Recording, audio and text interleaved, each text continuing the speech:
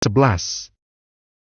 Setelah berpisah dari Lu Haipeng dan yang lainnya, Liu Yehan datang ke gerbang pusat kota. Dibandingkan dengan bagian luar kota, tembok bagian dalam kota jauh lebih tinggi. Diperkuat dengan tembok asli dan tingginya sekitar 4 meter. Dindingnya dibalut beberapa lingkaran kawat berduri. Ketika mereka sampai di pintu, ada sekelompok 10 orang yang menjaga pemeriksaan keamanan. Setiap orang yang memasuki pusat kota akan dipindai dengan instrumen dan kemudian ditarik ke dalam sebuah rumah kecil. Keluar kota jauh lebih mudah. Ada jalan khusus di sebelahnya, tapi juga melewati pemeriksaan keamanan. Saat ini, belum banyak orang yang memasuki pusat kota. Jika tidak diperlukan, sebagian besar masyarakat masih jarang memilih masuk ke dalam kota. Setiap kali Anda memasuki pusat kota, Anda perlu membayar 10 gram energi spa tingkat pertama kepada manajer. Tidak banyak 10 gram energi spa tingkat pertama. Pada dasarnya, Anda bisa mendapatkan 10 gram energi spa tingkat pertama dengan membunuh zombie biasa.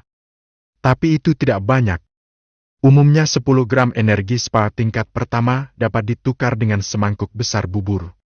Jadi kalau tidak perlu, kebanyakan orang masih berdagang langsung di luar kota, sehingga bisa menghemat biaya masuk. Tapi kalau mau barang bagus tetap perlu mencari di dalam kota, dan kalau ketemu barang bagus, Anda hanya bisa pergi ke pusat kota. Berdaganglah di dalam kota, karena masyarakat di luar kota pada dasarnya miskin dan tidak mampu mengeluarkan uang, dan orang kaya tinggal di dalam kota. Tidak peduli di dunia mana Anda berada, orang yang punya uang dan kekuasaan memiliki kehidupan yang lebih baik. Liu Yehan membunuh ratusan zombie di komunitas tersebut, dan menukarkan beberapa kuestul zombinya dan menukar emas dengan Lu Haipeng. Dia masih memiliki sisa energi sekitar 700 gram, tetapi energi spa di tangannya adalah tingkat pertama. Jika Anda menginginkan energi spa yang lebih maju, Anda hanya bisa mendapatkannya dari zombie yang lebih maju atau hewan khusus. Liu Yehan membayar biaya energi dan ditarik ke ruangan untuk mencuci dan mendisinfeksi sebelum membiarkannya keluar. Memasuki pusat kota, saya melihat seseorang mendirikan kios di pinggir jalan dan berteriak, yang membuat Liu Yehan merasa seolah-olah dia telah kembali ke pasar petani dunia nyata. Jika dicermati, sebagian besar barang yang mereka jual berkaitan dengan makanan, seperti ikan kering, nasi basi, dan lain-lain. Setelah melihat sekilas, dia tidak menemukan apa yang dia butuhkan, jadi dia pergi. Ikuti petunjuk Lu Haipeng dan datanglah ke lantai bursa. Lantai perdagangan ini berhubungan dengan tempat perdagangan resmi pemukiman. Sebagian besar transaksi di dalam kota dilakukan di lantai bursa. Lantai perdagangan akan membebankan 10% dari jumlah transaksi sebagai biaya layanan.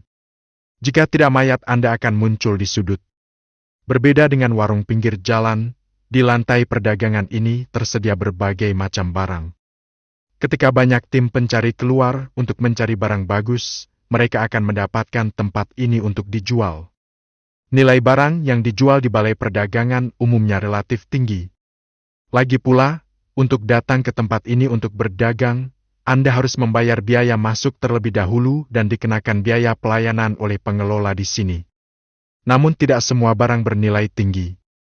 Lagi pula, setiap orang mempunyai konsep nilai yang berbeda-beda untuk setiap barangnya. Kadang-kadang Anda melihat bahwa barang ini bernilai 100 gram energi spa, tetapi di mata orang lain itu seperti jangan kirim dia sampah ke pinggir jalan. Di sini, Anda tidak hanya bisa menemukan booth untuk menjual barang sendiri, tapi juga langsung menjualnya langsung ke petugas di lobi. Staf manajemen di lobi akan memberi Anda sejumlah uang sesuai dengan nilai barang Anda. Tetapi harga ini jelas lebih rendah dari harga pasar. Banyak sekali. Banyak orang lebih memilih berdagang secara perlahan di lobi daripada berdagang dengan manajer. Liu Yehan sekarang hanya ingin segera menjual energi spa di tangannya dan menggantinya dengan emas. Ketika saya sampai di jendela manajer lantai bursa, seorang wanita cantik dan manis berdiri di sana. "Permisi Pak, apakah ada yang bisa saya bantu?"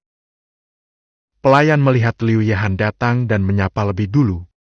Liu Yehan membuka ranselnya dan berpura-pura mengeluarkan sekantong energi spa darinya. Bahkan, dia meletakkan energi SPAR di ruang penyimpanan, meletakkan tasnya di counter dan bertanya, "Saya ingin membeli emas, apakah ada emas untuk dijual?" Pelayan melihat Liu Yehan mengeluarkan energi SPAR. Untuk sesaat, semua orang menukar semua jenis barang unik dengan tiang energi, atau menggunakan tiang energi untuk membeli barang khusus, tetapi hanya sedikit orang yang menggunakan tiang energi. Ayo beli emas, nilai emas di sini tidak mahal, hanya sebagai salah satu mata uang cadangan yang beredar. Namun pelayan itu segera pulih dan menjawab dengan suara manis. "Tuan, berapa banyak emas yang perlu Anda beli? Beri aku semua ini untuk mendapatkan emas." "Baik Tuan, mohon tunggu sebentar." Pelayan mengambil energi SPAR dan memeriksanya. Itu semua adalah energi SPAR tingkat pertama yang biasa. Kemudian mereka menuangkan energi SPAR ke timbangan dan menimbangnya, totalnya 735 gram. "Halo Pak, total energi SPAR-nya 735 gram, bisa ditukar dengan 2.500 gram emas. Yakin perlu ditukar?" Lantai bursa benar-benar gelap. Saya telah belajar dengan Lu Haipeng bahwa 1 gram energi SPAR dapat ditukar dengan 5 gram emas. Pada dasarnya, diskonnya kurang dari 30% di sini. Untuk menukar emas secepat mungkin, saya harus berdagang dengan mereka secara langsung dan cepat. Lagi pula, orang lain mungkin tidak memiliki banyak emas di dalamnya. "Tentu." Setelah beberapa saat, satu orang mengambil 5 batu bata emas dari belakang. Tiap bata emas beratnya 500 gram, tepatnya 2.500 gram. "Tuan, batu bata emasmu." Pelayan itu melewati batu bata emas sambil tersenyum. Liu Yehan mengambil BRICS dan menerimanya di dalam ransel, lalu dipindahkan ke ruang penyimpanan. "Tuan, jika Anda masih memiliki energi SPAR di masa depan, saya dapat memberi Anda diskon kenaikan hingga 25%. Seseorang yang berpenampilan seperti mandur berkata dengan sopan. Sebagai lantai perdagangan yang telah berdiri selama hampir 5 tahun, pada tahap awal hari-hari terakhir, sejumlah besar emas berhasil dikumpulkan. Namun pada tahun-tahun berikutnya, nilai emas anjlok dan diperkirakan nilainya akan semakin rendah. Sekarang pihak lain juga memiliki sejumlah besar imbalan untuk itu. Keinginan emas hanya untuk berurusan dengan emas tersebut. "Jika aku punya kesempatan, aku akan melakukannya." Liu Yehan menjawab sambil tersenyum tanpa menolaknya. "Cuma bercanda. Siapa yang mau berdagang di tempat gelap seperti itu jika bukan karena terburu-buru menyingkirkannya kali ini?" Setelah bertransaksi, Liu Yehan berjalan-jalan di sekitar area perdagangan dan menemukan bahwa memang banyak barang bagus, namun dia kini menjadi pria pintar yang tidak bisa memasak tanpa nasi dan tidak punya uang untuk membeli. Sementara itu, roti yang dibawanya di pagi hari ia tukarkan dengan 100 gram emas. Namun sayangnya ia tidak membawa banyak roti, kalau tidak ia bisa menukarnya dengan emas lagi. Dia menghitung saat ini untuk mencapai akhir dunia dan memperoleh banyak hal. Awalnya mereka menukarkan sekitar 500 gram emas dengan Lu Haipeng, kemudian saat mereka menggeledah rumah bersama-sama, mereka menemukan sekitar 1.000 gram emas. Ditambah dengan 2.600 gram emas yang diperoleh di lantai bursa, ia memiliki total 4.100 gram emas. Dia ingat harga pemulihan emas di dunia nyata adalah sekitar 280 yuan gram, yang berarti dia menghasilkan 1,148 juta di dunia saat ini. Menghasilkan banyak uang. Tempat mana yang memiliki kecepatan menghasilkan uang begitu cepat? Tapi Anda tidak bisa bahagia terlalu dini. Jika Anda kembali ke dunia nyata, Anda masih perlu mencari tempat untuk menjual emas ini. Berjalan keluar dari lantai bursa, Liu Yehan menemukan sudut terpencil dan melakukan perjalanan kembali ke dunia nyata. Kembali ke dunia nyata, saat saya berangkat masih jam 8, dan tidak ada yang berubah. Sial jika ada perubahan, Liu Yehan menghabiskan 1 hari di dunia apokaliptik, tetapi di mata si Dawei dan yang lainnya, dia tidak pernah pergi sama sekali. Dia tetaplah seorang Liu Yehan yang baru saja dilempar dan menangis karena suatu alasan. Begitu dia kembali ke dunia nyata, Shidawei datang dan mengetuk pintu. Saudara Yu, pergi bekerja. Jam kerja di perusahaan adalah jam 7:30. Saya berjalan dari asrama dan membeli sarapan di pinggir jalan untuk dibawa ke perusahaan. Waktunya tepat. Vaegra, aku tidak akan pergi ke perusahaan hari ini. Aku akan meminta cuti pada bosku nanti. Hari ini saya mendapat 4.100 gram emas. Saya harus menemukan cara untuk menukar emas menjadi uang tunai. Ini hasil panen saya sendiri dalam 1 hari. Tampaknya saya tidak dapat menyimpan deposit tersebut setelah 4 tahun. Saya hanya memiliki gaji bulanan sebesar 4.000 yuan. Tidak segera mengundurkan diri berarti memberi waktu penyangga pada diri sendiri, dan ketika emas benar-benar ditukar dengan uang, itulah saatnya untuk mengundurkan diri. Shidawei tahu bahwa teriakan Liu Yehan pagi ini bukanlah latihan menyanyi yang sebenarnya. Mengira ada sesuatu yang terjadi lagi, dan perhatian. Saudara Yu, apakah kamu ingin pergi ke rumah sakit? Kedua sahabat itu telah melakukan perjalanan jauh ke tempat yang asing. Dalam beberapa tahun terakhir, keduanya saling membantu. Mengetahui bahwa Shidawei telah salah memahami penyakitnya, Liu Yehan tidak menjelaskan banyak hal, melambaikan tangannya dan berkata, "Tidak apa-apa, kamu pergi bekerja, berhati-hatilah agar tidak terlambat." "Benar-benar tidak perlu." Shidawei menunjukkan tatapan curiga, tapi sebenarnya tidak ada masalah dengan tubuh Liu Yehan. Saya tidak tahu apakah itu ilusinya. Melalui lengan Liu Yehan yang terbuka, tampaknya menjadi jauh lebih kuat.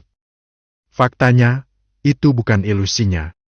Setelah ramuan evolusi genetik Liu Yehan diperkuat, kebugaran fisiknya meningkat 2 kali lipat dan tubuhnya secara alami menjadi lebih kuat. Ia sudah mulai memperlihatkan perut buncitnya dan menjadi sosok standar. Jika dia menarik pakaiannya, dia bisa melihat otot perut standar 8 pak. Tangannya menjadi semakin kuat setelah bertarung dengan zombie. "Tidak perlu, berangkat kerja secepatnya, nanti kamu terlambat." Setelah Shidawei dan yang lainnya berangkat kerja, Liu Yehan menelpon bosnya dan meminta hari libur. Setelah mengajukan cuti, langkah selanjutnya adalah mempertimbangkan untuk menjual emas yang dibawa di akhir zaman. Liu Yehan memeriksa di internet dan menemukan bahwa semua toko emas, perak, dan perhiasan besar pada dasarnya mendaur ulang emas. Harga pemulihan emas baru-baru ini pada dasarnya adalah 280 yuan gram, yang tidak banyak berubah dari penyelidikan sebelumnya. Namun, toko emas ini perlu memberikan faktur untuk pengambilan emas. Misalnya, jenis emas yang dibawa Liu Yehan dari ujung dunia tanpa faktur lebih sulit dijual, dan harganya pasti akan sedikit merugi.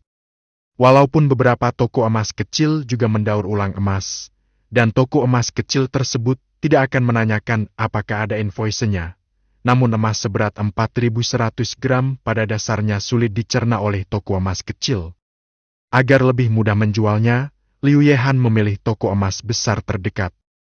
Meski harganya mungkin lebih rendah, dia bisa menjual emas di tangannya sekaligus. Liu Yehan membawa tas dan datang ke toko emas di sebelahnya lebih awal. Namun, ini masih terlalu dini dan mal belum dibuka. Umumnya toko-toko di mal buka sekitar jam 10 pagi. Setelah Liu Yehan kembali, dia selalu bersemangat dan dia melupakannya untuk sementara waktu. Menahan kegembiraan, saya sarapan di toko sarapan di sebelah saya. Setelah mengecek waktu, saat itu kurang dari jam 9. Cukup pergi ke supermarket untuk membeli makanan. Supermarket buka lebih awal dibandingkan bisnis lain di mal, jadi dia masih bisa membeli barang. Terakhir kali saya bepergian ke dunia apokalips, saya hanya membawa makanan yang saya makan, dan baru kemudian menukar 100 gram emas.